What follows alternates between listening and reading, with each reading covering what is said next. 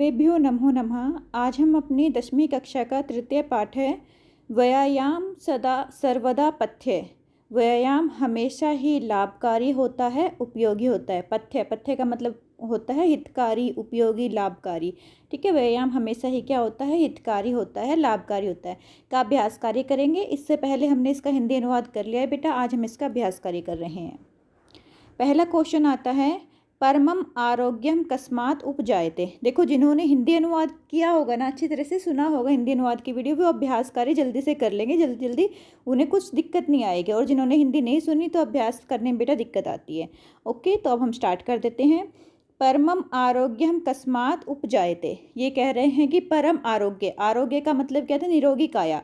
कस्मात उपजायते, किससे उत्पन्न होती है निरोगी काया, जो है निरोगी शरीर किससे उत्पन्न होता है, व्यायामात, अगर व्यायाम किया जाएगा तो। व्यायामात, ठीक है, पंचमी विभक्ति लगाएंगे। यहाँ अकस्मात में पंचमी विभक्ति है, तो आंसर में भी हम क्या लगाएंगे, पंचमी विभक्ति का ही प्रयोग करेंगे, व्यायामात। ठीक है बेटा।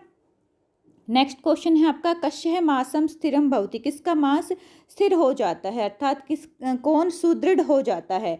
कौन हो जाता था, जो हमेशा व्यायाम में लीन रहते हैं, जो हमेशा एक्सरसाइज करते हैं, व्यायाम करते हैं, जो उनका जो मास है, जो शरीर है, वो क्या हो जाता था, स्थिर हो जाता था। ठीक है, तो यहाँ पर क्या आ जाएगा, सुंदर स्थिर जब होता है तो इसका आंसर आ जाएगा यहाँ पे बेटा कस्य के स्थान पर आ जाएगा। यहाँ पे कस्य है ना, कस्य के स्थान पर क्या आ जाएगा, व्यायाम अभिरतश्यः, व्यायाम में लीन, अभिरत, अभिरत का मतलब तल्लीन या लीन, व्यायाम में लीन, जो हमेशा एक्सरसाइज करते रहते हैं, उनका जो शरीर है वो सुंदर बन जाता है, सुडौल हो जाता है। ठीक है, मांस को स्थिर होने का मतलब यही है यहाँ पर कि जो शरीर है वो सुंदर हो जाता है। सदा कहा पथ्य, हमेशा क्या हितकारी होती है, कह के स्थान पर हम क्या लगाएंगे, व्यायाम है, हमेशा जो व्यायाम करना है वो हितकारी होता है। ठीक है, लाभकारी होता है या उपयोगी होता है, कुछ भी बोल सकते हो। कही, यहाँ पर कही क्या है, तृतीय बहुवचन है। कही पुंभी, पुंभी बोलते हैं व्यक्ति को। कही पुंभी सर्वेषु ऋतुषु व्यायाम है कर्तव्य है। कौन लोग जो हैं वो सभी ऋतुओं में व्यायाम करना चाहिए, किन लोगों को सभी ऋतुओं में व्यायाम करना चाहिए, एक्सरसाइज करनी चाहिए। आत्म हितैषी भी, जो अपने हित को चाहते हैं, जो अपना हित चाहते हैं, उन्हें हर ऋतु में व्यायाम करना चाहिए, अर्थात हमेशा व्यायाम करना चाहिए। व्यायाम स्विन गात्रस्य समीपे के न उपसरंति ही, व्यायाम करने वालों के समीप क्या नहीं आता, व्याधस्य है, बीमारियाँ, उसके समीप क्या नहीं आती, बीमारियाँ नहीं आती हैं। ठीक है, व्याधस्य है, बीमारियाँ। तो ये हमारा पहला क्वेश्चन था। अब हम आगे चलते हैं। नेक्स्ट है अधोलिखिता नाम प्रश्नानाम उत्तराणि संस्कृत भाषा में लिखित, हमें नीचे लिखे गए प्रश्नों के उत्तर संस्कृत भाषा में देने हैं। कीदृश ही कर्म है व्यायाम संगीतम कहते थे, किस प्रकार का जो कर्म है वो व्यायाम कहा जाता है। तो यहाँ पे क्या आ जाएगा, कीदृशी के स्थान पर शरीर आयास जननम कर्म। हाँ जी बेटा, अब हम स्टार्ट कर देते हैं। तो हम पहला क्वेश्चन, जो क्वेश्चन नंबर 2 का था, उसमें पहले हमने कर लिया था कि दृश्य है कर्म है व्यायाम संगीतम कथ्यते, किस प्रकार का कर्म अर्थात कार्य व्यायाम कहा जाता है। तो किस प्रकार का, जो हम अपने शरीर से परिश्रम करते हैं उसको हम व्यायाम कहते थे। ठीक है, यहाँ पे क्या आ जाएगा, शरीर आयास, आयास का मतलब क्या था, परिश्रम, शरीर के द्वारा उत्पन्न परिश्रम, जो भी हम शरीर से परिश्रम करते हैं उससे जो उत्पन्न कर्म है वो क्या कहा जाता है, व्यायाम कहा जाता है। शरीर आयास जननम कर्म व्यायाम संगीतम कथ्यते। नेक्स्ट है व्यायामात किम किम उपजायते, कि व्यायाम से क्या क्या उत्पन्न होता है। ठीक है, अब क्या क्वेश्चन पूछा, व्यायामात किम किम उपजायते, व्यायाम से क्या क्या उत्पन्न होता है। पहले क्या था, श्रम, परिश्रम, कल्म, कल्म का मतलब क्या था, थकान, पिपासः, प्यास, उष्णो शीतादिनाम, गर्मी और सर्दी। ठीक है, उष्ण का मतलब गर्मी होती है और शीत का मतलब ठंड होती है। सहिष्णुता, सहनशीलता, आरोग्य, आरोग्य शरीर, जिस शरीर में कोई भी रोग ना हो उस शरीर को आरोग्य बोलते हैं। आरोग्य शरीर हमें क्या, किससे उत्पन्न होते हैं, व्यायाम से उत्पन्न होते हैं। तो हम आंसर में क्या लिखेंगे बेटा, यही पूरा आंसर लिखेंगे हम। श्रम, कलम, पिपासः, उष्ण शीतोदिनाम, सहिष्णुतः, आरोग्यम च व्यायामात उपजायते, ये सभी व्यायाम से उत्पन्न होते हैं। नेक्स्ट है हमारे पास जराह कश्यः सकासम सहसा न समारोहति। जो बुढ़ापा है वो किस पर अचानक से नहीं आता है, किस पर बुढ़ापा अचानक से नहीं आता है, व्यायामीनः, जो व्यायामशील होते हैं अर्थात जो हमेशा ही व्यायाम करते रहते हैं, सकासम जरा सहसा न सम आरोहति ही, उनके ऊपर जो बुढ़ापा है वो जल्दी से नहीं आता है। ठीक है, नेक्स्ट क्वेश्चन है हमारे पास घ कस्य विरुद्धमपि ही भोजनम परिपच्य है। कस्य विरुद्धमपि ही भोजनम परिपच्य, किसका विरुद्धमपि का मतलब क्या था, जो अनावश्यक भोजन है वो भी पच जाता है, अर्थात पका हुआ और अनपका हुआ जो दोनों तरह का भोजन जो था हमने पढ़ा था सुपक्यम, ठीक है, जो भोजन था और जो नहीं पका हुआ भोजन था वो किसका पच जाता है, तो किसका पच जाता था, जो व्यायाम करते थे। ठीक, इसका आंसर हम क्या देखेंगे, व्यायामम कुर्वतः विरुद्धमपि ही भोजनम परिपच्य है, जो व्यायाम करते हैं उनका विरुद्ध भोजन भी क्या हो जाता है, पक जाता है। ठीक है, विरुद्ध भोजन भी क्या हो जाता है, पच जाता है। चाहे वो विरुद्ध भोजन का मतलब यहाँ कौन सा भोजन लिया गया था, वो भोजन जो आधा क्या हो, पका हो और अनपका भोजन, दोनों ही तरह का भोजन, जिसमें हमने बताया था विदग्ध और अविदग्ध भोजन। ठीक है, विदग्ध का मतलब मैंने बताया था सुपाच्य होता है, सुपक्वम होता है और मतलब अच्छी तरह से पका हो, विग्धम, और अविग्धम का मतलब जो अच्छी तरह से नहीं पका हो। उन दोनों ही तरह के जो अनुपयोगी भोजन है वो हमारा शरीर पचा लेता है, जो हमेशा व्यायाम करते हैं। नेक्स्ट है, आ गया होगा आपको समझ में ये क्वेश्चन। नेक्स्ट है कियतः बलेन व्यायामः कर्तव्य है। कियतः बलेन, कितने बल का हमें व्यायाम करना चाहिए। जो व्यायाम है वो अपने शरीर की शक्ति से ज़्यादा नहीं करना चाहिए, तो यही क्वेश्चन पूछ रहा है, कियतः बलेन, कितने बल से हमें व्यायाम करना चाहिए। कर्तव्य, व्यायामः कर्तव्य, बलस्य अर्धेन, अपने बल का आधा, अपने बल का जो आधा है उतना ही व्यायाम करना चाहिए। श्लोक में आपने पढ़ा था ना कि अपने बल के आधे से ही आधा ही व्यायाम करना चाहिए। वो भी कब तक, जब तक हमारे शरीर हाँफने ना लग जाए और फेफड़ों की जो वायु है वो मुंह तक ना आ जाए, अर्थात हमारा शरीर हाँफने ना लग जाए। तो नेक्स्ट क्वेश्चन में आंसर यही आ जाएगा इसका, देख लीजिए। अर्धबलस्य लक्षणम किम, अर्धबल का लक्षण क्या है। अब इसने इस क्वेश्चन में पूछा था कि कितने बल से व्यायाम करना चाहिए, हमने आंसर दिया अर्धेन, आधे बल से। तो अभी आधे बल का लक्षण पूछ रहा है कि अर्धबलस्य लक्षणम किम, अर्धबल का लक्षण क्या है, तो इसका आंसर क्या जाएगा, व्यायाम कुर्वतः हृदय स्थानांत स्थितः वायु। व्यायाम करने से जब हमारे हृदय में स्थित वायु, हृदय के स्थान पर स्थित मतलब फेफड़ों में, हृदय के स्थान पर स्थित का मतलब यहाँ पे ये उसके है फेफड़ों में, जो फेफड़ों में स्थित वायु है, यदा मुखे प्रपद्यते है, जब तक मुख पर नहीं आ जाती, अर्थात जब तक आपको थकान नहीं हो जाती है, ठीक है, तब तक बलार्धस्य लक्षणम अस्ति, तब तक ही बल, आधा बल कहा गया है कि जो हमारे शरीर के अकॉर्डिंग, अपने शरीर की शक्ति के अनुसार ही क्या करना चाहिए, व्यायाम करना चाहिए, एक्सरसाइज करनी चाहिए। और वो भी कितनी करनी चाहिए, शक्ति जो आपकी है शरीर में उसकी आधी करनी चाहिए। और आधी का मतलब इसने बता दिया है, जब तक आपका शरीर हाँफने ना लग जाए, अर्थात आप में क्या ना होने लग जाए, शरीर में एक तरह से थकावट ना होने लग जाए, तब तक हमें क्या करना चाहिए, तब तक क्या करते रहना चाहिए, व्यक्ति को एक्सरसाइज करते रहना चाहिए, व्यायाम करते रहना चाहिए। ठीक है, नेक्स्ट है, नेक्स्ट क्वेश्चन नंबर 3 है हमारे पास। उदाहरण हम अनुसृत्य है, उदाहरण को अनुसरण करते हुए कोष्टक गतेषु, कोष्टक के अंदर जो लिखा हुआ है उसमें आपको तृतीय विभक्ति का प्रयोग करना है। अब पूरा क्या होगा, तृतीय विभक्ति का हम इसमें प्रयोग करेंगे। जैसे एग्जाम्पल में हमें यथा दे रखा है, व्यायाम, ब्रैकेट में क्या है, कोष्टक में क्या है, गुण है, गुण की तृतीय विभक्ति क्या बना रखे, गुण ही, व्यायाम गुण ही हीनम अपि सुदर्शनम करोति, जो व्यायाम है वो गुणहीन व्यक्ति को भी सुंदर कर देता है। ठीक है, अब यहाँ पे नेक्स्ट क्वेश्चन में हमें क्या दे रखा है, इसमें कोष्टक में बलश्यार्ध, अब यहाँ पे इसकी तृतीय विभक्ति लगाएंगे तो क्या बन जाएगी, बलश्यार्धेन, बलश्य अलग हो जाएगा, संधि विच्छेद करेंगे, अर्धेन अलग हो जाएगा, और इसको साथ साथ लिखेंगे तो कैसे लिखेंगे, बलश्यार्धेन। ठीक है, ये तृतीय विभक्ति हो जाएगी, ये हमारे एक वचन की है बेटा। ठीक, तृतीय विभक्ति एक वचन में है।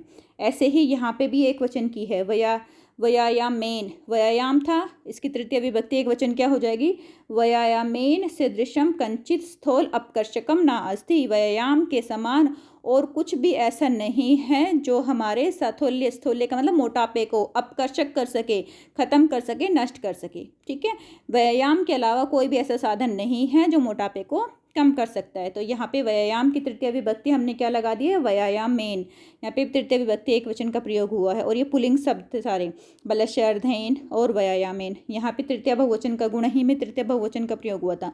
अब नेक्स्ट देख लीजिए, यहाँ पे स्त्रीलिंग है, विद्या क्या है, स्त्रीलिंग है। तो यहाँ पे क्या आ जाएगा, विद्याया बिना जीवनम न अस्ति, विद्या के बिना जीवन नहीं है। क्यों, क्योंकि विद्या क्या है, स्त्रीलिंग शब्द है। ऐसे ही चरणेन आ जाएगा यहाँ पे, चरणेन, चरण के बिना, चरणेन, ठीक है। चरणेन खंजह अस्ति, वह चरण से, पैरों से लंगड़ा है। खंजह का मतलब होता है लंगड़ा है। सूपकार नासिकाय, नासिकाय भी स्त्रीलिंग शब्द है।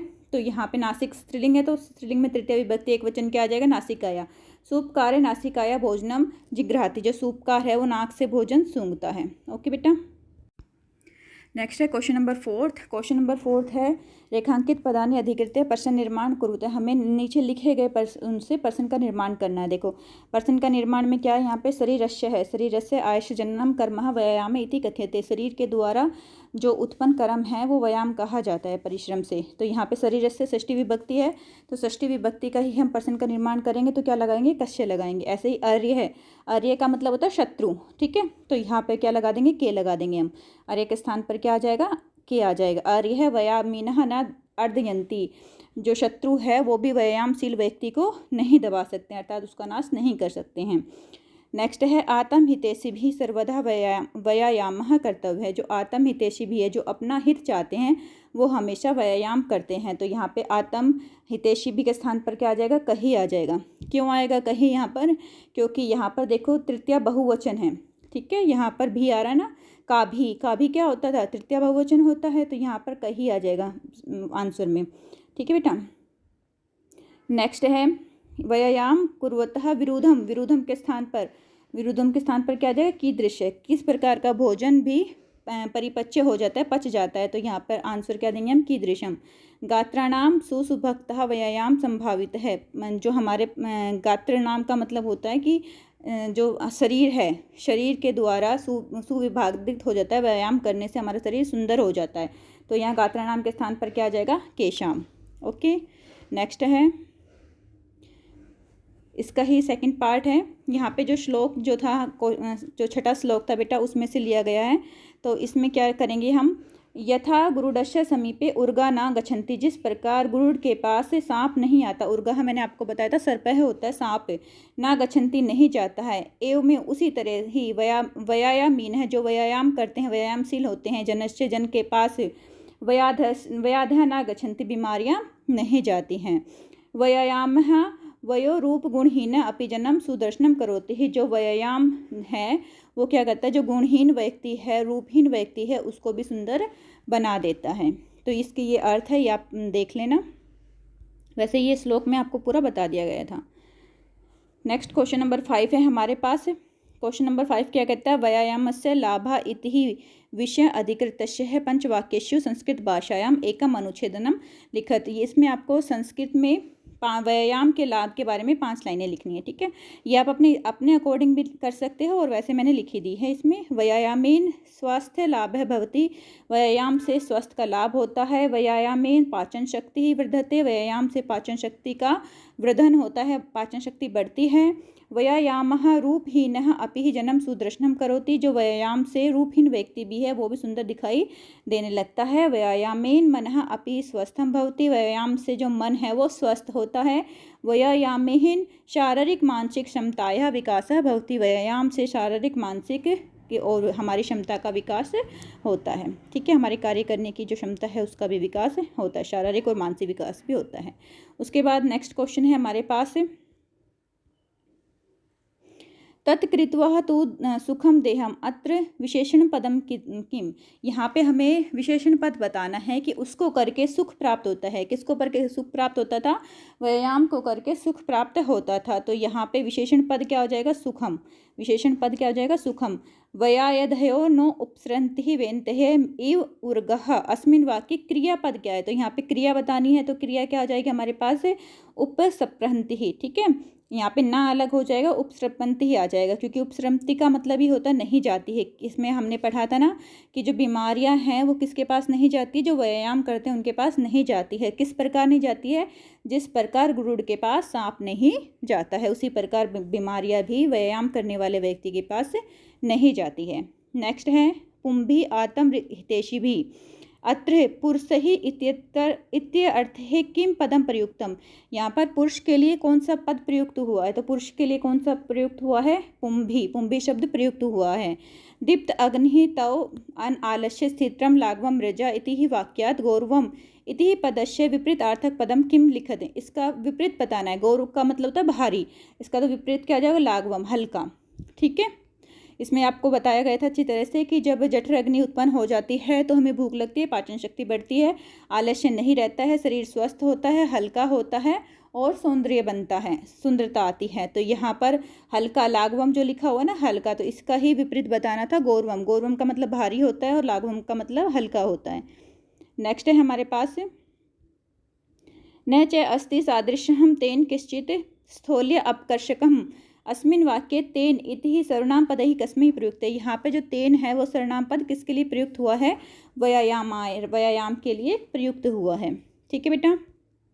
नेक्स्ट है यहाँ पे आपको जो अव्यय पद दिए गए हैं वहाँ पर आपको ये फिल करना है। सर्वदा व्यायाम कर्तव्य, हमेशा ही व्यायाम करना चाहिए।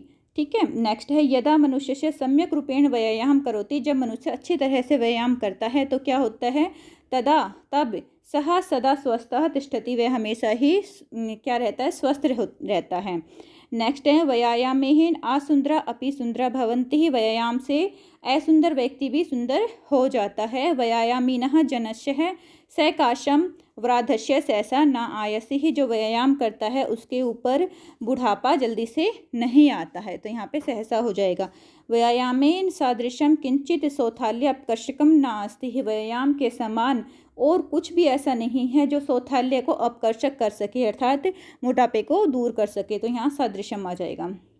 नेक्स्ट है व्यायाम समीक्षम एव कर्तव्यम अन्यथा व्याध्यस्य आयति, व्यायाम को समीक्षम अच्छी भली प्रकार से देखकर करना चाहिए, अन्यथा नहीं तो व्याधस्य आयति, नहीं तो क्या हो जाएगी? बीमारी आ जाएगी। यहाँ पर अच्छी प्रकार से देखकर क्यों बोला गया है? कि अपने बल के अनुसार ही करना चाहिए, अपने बल से ज़्यादा व्यायाम नहीं करना चाहिए। जितना आपके शरीर में शक्ति है, बल है, उतना ही व्यायाम करना चाहिए, उसका भी आधा का ही व्यायाम करना चाहिए।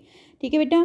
नेक्स्ट है इसमें वाच्य परिवर्तन है बेटा। वाच्य परिवर्तन में 2-3 चीज़ें आपको याद रखनी है। वैसे मैंने इसकी वीडियो पहले भी बना रखी है, फिर भी इसमें आप लोगों को बता देती हूँ। कर्म वाच्य है और कर्तृवाच्य, 2 वाच्य होते हैं हमारे पास। कर्म वाच्य में क्या होता है? तृतीय विभक्ति होती है हमारे कर्ता में। ठीक है, कर्ता में तृतीय विभक्ति होती है, कर्म में प्रथमा विभक्ति होती है और क्रिया हमेशा कौन सी होती है?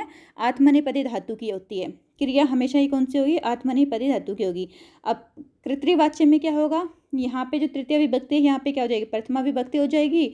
और जो यहाँ पे प्रथमा विभक्ति है हमारी कर्म में, यहाँ पे कर्म में द्वितीय विभक्ति आएगी। और यहाँ पे जो क्रिया थी परस्मैपदी धातु की, सॉरी आत्मनेपदी धातु की, यहाँ पर परस्मैपदी धातु की क्रिया आ जाएगी। तो ये 3 चीज़ बात आपको याद रखनी है। 3-1 आत्मनेपदी धातु, 1-2 परस्मैपदी धातु। ठीक है, अब हम इसको सोल्व कर लेते हैं। हमारा पहला क्वेश्चन है बलवतः विरुद्धमपि भोजनम पच्यते है। बलवतः जो बलवान व्यक्ति होते हैं उनके द्वारा विरुद्ध भोजन भी पचाया जाता है। ठीक है, तो यहाँ पे बलवतः के स्थान पर क्या आ जाएगा? तृतीय विभक्ति है, इसके पहला आ जाएगा बलवान। बलवान विरुद्धमपि ही एज इट इज़ हो जाएगा। भोजनम ये भी ऐसे एज इट इज़ आ जाएगा। पच्यते है ये हमारी आत्मनेपद की धातु है, इसका परस्मैपद पद हम बनाएंगे तो पाच्यति हो जाएगा। ठीक है। जनहि तृतीय विभक्ति बहुवचन का है और जनः यहाँ पे प्रथमा विभक्ति बहुवचन का है। तो यहाँ पे हमने प्रथमा विभक्ति बनानी है। 1-2 करना था, यहाँ पे क्या था? 3-1 का रेशो था, यहाँ पे क्या रेशो होगा हमारे पास? 2-1 का रेशो होगा। ठीक है, सॉरी 1-2 का रेशो होगा। यहाँ पे हमारे पास 1 और 2 का रेशो होगा। तो अब यहाँ पे जन ही हमारे पास तृतीय विभक्ति बहुवचन में है, तो जना हमने प्रथमा विभक्ति बहुवचन में किया। व्यायाम एज इट इज आ गया है। कांति यहाँ प्रथमा विभक्ति थी, यहाँ पे हमने कांतिम कर दिया। द्वितीय विभक्ति लभ्यते, लभ्यते कौन सी होती है? आत्मनेपदी धातु होती है और लभन्ते हमारी परस्मैपदी धातु होती है। ठीक है बेटा, कर्ता के अनुसार क्रिया होती है हमेशा ही। नेक्स्ट है हमारे पास इसी का ही मोहनेन पाठः पठ्यते है, मोहन के द्वारा पाठ पढ़ा जाता है। मोहनः पाठं पठति, मोहन पाठ पढ़ता है। इसमें कर्मवाची में हमेशा के द्वारा यूज़ होगा, ठीक है। लोगों के द्वारा व्यायाम किया जाता है, इस तरह से मोहन के द्वारा पाठ पढ़ा जाता है। जब हम इसका हिंदी करेंगे तो मोहनेन है तृतीय विभक्ति है, इसकी प्रथमा क्या हो जाएगी, मोहन हो जाएगी। पाठम में प्रथमा विभक्ति है, इसकी द्वितीय क्या हो जाएगी, पाठम हो जाएगी। और पठ्यते हमारी क्या है, आत्मनेपदी धातु है और इसका परस्मैपदी क्या हो जाएगा, पठती हो जाएगा। ओके, नेक्स्ट है लतिः गीतम गीयते है। लतिः के स्थान पर क्या आ जाएगा, लता आ जाएगा। गीतम हमारा नपुंसक लिंग है, किम के कानी की तरह गीतम गीते गीतानी हो जाएगा। दोनों ही उसमें गीतम गीते गीतानी, गीतम गीते गीतानी प्रथमा और द्वितीय विभक्ति में, और गीयते के स्थान पर क्या हो जाएगा, गायती हो जाएगा। ओके बेटा, नेक्स्ट है हमारे पास क्वेश्चन, ये हमारे पास है कि इसका हमें प्रकृति प्रत्यय को अलग करना है और मूल शब्द बताना है। हमारे पास क्या था, पथ्यतमः, पथ्यतमः में पथ्य अलग हो जाएगा और तमप प्रत्यय लगेगा। इसमें कौन सा प्रत्यय लगेगा, तमप प्रत्यय लगेगा। सहिष्णुता में बहुत बार बताया आपको तल प्रत्यय लगेगा, ठीक है। जहाँ पर भी आपको ता आ ये दिखाई दे वहाँ पर तल प्रत्यय होता है। सहिष्णु हमारे पास मूल शब्द हो गया, प्रकृति हो गई, इसका अर्थात धातु हो गई, और तल प्रत्यय हो गया। अग्नि धन तव, इसमें तव प्रत्यय लगेगा। जहाँ पर भी आपको त्वम लास्ट में दिखाई दे, जहाँ पर भी क्या दिखाई दे, लास्ट में त्वम दिखाई दे, वहाँ पर कौन सा प्रत्यय होगा, तव प्रत्यय होगा। ये एक ट्रिक है याद करने के लिए, ठीक है। इसी में ही हमारा नेक्स्ट है अग्नित्वम अग्निधनत्व, स्थिरत्वम स्थिरधनतव, लाघवम लघुधम अण। लाघवम में अण प्रत्यय होता है, जैसे पांडवः, पांडवः में अण प्रत्यय होता है, ऐसे लाघवम में भी अण प्रत्यय होता है। धन्यवाद। आज का हमारा जो कार्य है वो पूरा हो गया है। आप इसको अपनी नोटबुक में लिख लीजिए और अच्छी तरह से समझ लीजिए। ओके बेटा, अपना ध्यान रखना, टेक केयर।